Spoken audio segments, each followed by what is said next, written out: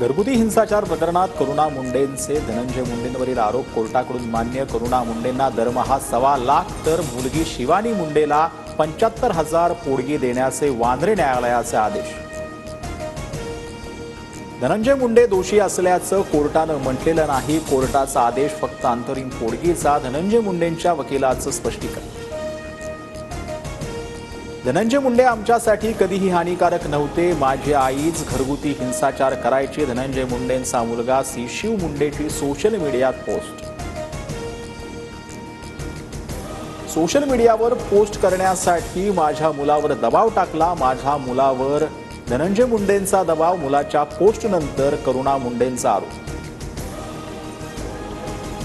आमदार सुरेश धसांकडून वाल्मिक कराड आणि विष्णू साठेच्या नार्को टेस्टची मागणी। नार्को टेस्टमध्ये आकाचं नाव आलं तर त्याचीही नार्को टेस्ट झाली पाहिजे, सुरेश धस यांचं वक्तव्य।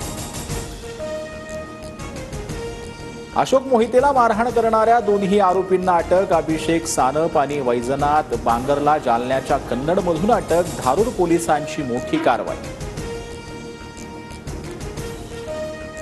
महायुतीला शिवाजी महाराज ईव्हीएम मशीन वाटतात। सीएसएमटी स्थानकात शिवरायांचा पुतळा कधी लागणार? त्यांनी शिवरायांचा पुतळा न लावल्यास आम्ही पुतळा लावणार, उद्धव ठाकरेंचा इशारा।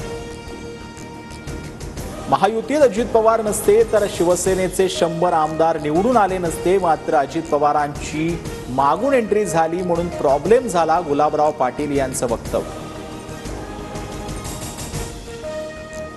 डोंगरी आयटीआय नामांतरावरून भाजप आणि काँग्रेस आमने सामने। काँग्रेस आमदार अनिल पटेलांचा अब्दुल कलामांच्या नावाला विरोध तर अब्दुल कलामांचं नाव बदलण्यास मंत्री लोढांचा विरोध।